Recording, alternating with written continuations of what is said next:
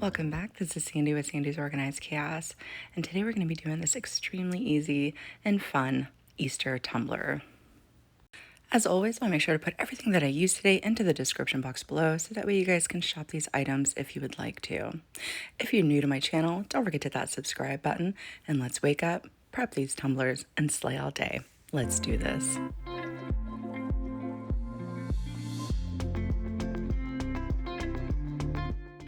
I am using a 30-ounce curved tumbler today, and I went ahead and I spray painted this a candy pink by Rustoleum. I thought it would go really well with the glitters that I'm going to be using today because the way that I'm going to be applying it, you'll be able to see the color underneath, so I wanted something that kind of matched it. I went ahead and I made up 30 mLs of epoxy here, my little cup. Now that's not going to be enough room for what I would like to do because I'm going to be adding my glitter into my epoxy, so I went ahead and moved it over into a bigger cup. So I'm going to go ahead and take my glitter. This is called Peep, and I sell that at my glitter shop, socglitters.com. And I'm just going to put enough in there that it coats the top of my epoxy. And I added a little bit more just because. Now I'm going to go ahead and take some springtime dots, and I'm going to add a little bit in there as well. I just kind of like the mix of the colors together. It just gave it a fun, almost confetti look. Now, because this is the look that I'm going for, I wanted my glitter not to be fully covering the tumbler. I just wanted it to kind of look sprinkled on, but this makes it move by so much more quicker when I do it this way. I literally just have to put a second coat of epoxy over top of this, and it's ready to have its decals applied. So you just want to make sure you smooth it out really well. I'm going to use all 30 mLs of my epoxy. You want to make sure there's no lumps. You're going to go ahead and hit it up really good with your torch once you are done here. And then you are going to place it onto your turner and let that cure. Now, I did use a fast set epoxy for this, so I'm going to come back in about 2 hours and I'm going to apply another coat of epoxy on top. All right, it's been 2-3 hours and it is ready to have another coat of epoxy put on top here. The first thing I'm going to do is I'm going to go ahead and clean up my rim really well. You know, when I do this process, sometimes the epoxy gets down in there, so I just kind of clean it up right now before I move forward. So I'm going to clean up my rim really well. I'm going to sand it.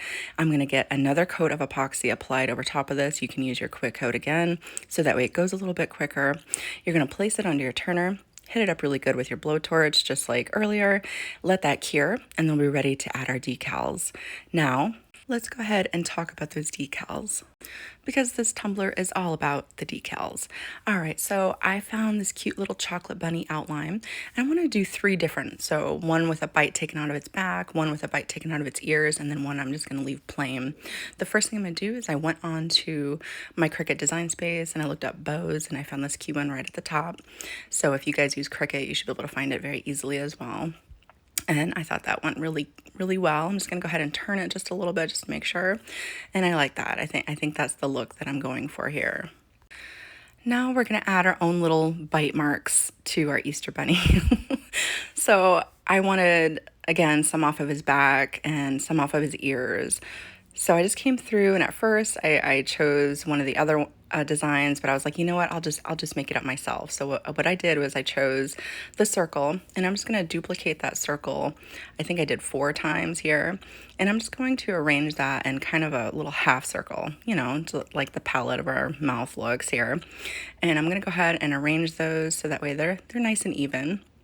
And then what I want to do next is I want to highlight it, and I want to weld those all together, because if you only attach them, it won't slice out of your bunny. So you have to make sure that you weld your items together so that way you can properly slice after you get it onto your bunny here. And I am also going to remember to go ahead and duplicate my image, because once the first one is sliced, you won't have that, and you'll have to upload the image. Anyways, go ahead and duplicate up the images that you want to do, and duplicate the teeth marks as well. So I made it a little bit bigger, so that way, you know, you could kind of tell that it was a bite mark out of his back, and I'm just going to place that where I would like it. I'm going to go ahead and highlight everything all together, and then I'm just going to come down to my slice button and slice my my shapes out here. And then we have our first little bite taken out of our bunny. Now I just wanted to make sure that it all looked good together. So I'm gonna go ahead and bring my bow back over and make sure that it looks okay. So I'm gonna go ahead and bring that forward here. And I like the way that looks. I think that's really cute. You can still tell that he has bite marks on his back. I am gonna make that bow a little bit smaller as well. So I'm not gonna leave the bow that big, but I just wanted to look at it and make sure that I like it so far. All right, now we are gonna go ahead and move on to our second bunny. So I am going to make sure that I remember to duplicate him because I want one just plain as well. So I'm going to take my faux teeth marks. I'm going to line that up at the top here where I would like it. I'm going to do the same process where I highlight everything all together. And I'm going to go ahead and slice the bite marks out of his ears here. And then after I got it sliced out, I noticed there's a little piece that at the top that I didn't want. So I'm going to come over to my contour button and unhighlight that piece. So that way it looks like this. I'm going to double check it just to make sure I like it with the little bow here.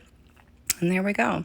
We have our 3 little bunnies, one with a bite out of the back, one without a bite out of the ears, and then just a plain one. And I'm going to cut those bunnies out in just a plain brown vinyl to look like chocolate. And I'm actually going to do the bows in a very pretty glittery pale blue color that I'll show you guys here in a second. So those are my little bunnies, and I did cut those. I think it was like 2 by 3. I think I didn't want them too big because I didn't want it to completely overpower my tumbler. Now the little blue bows, I just bought this tech wrap sample, the glitter sample, and it has all these beautiful colors in it, and I chose the blue out of that. And again, I'll make sure to put that into the description below for you guys. And before I get started with applying my decals, I am going to sand down that rim one more time because we put another coat of epoxy on it. So I'm going to give it a sanding one more time.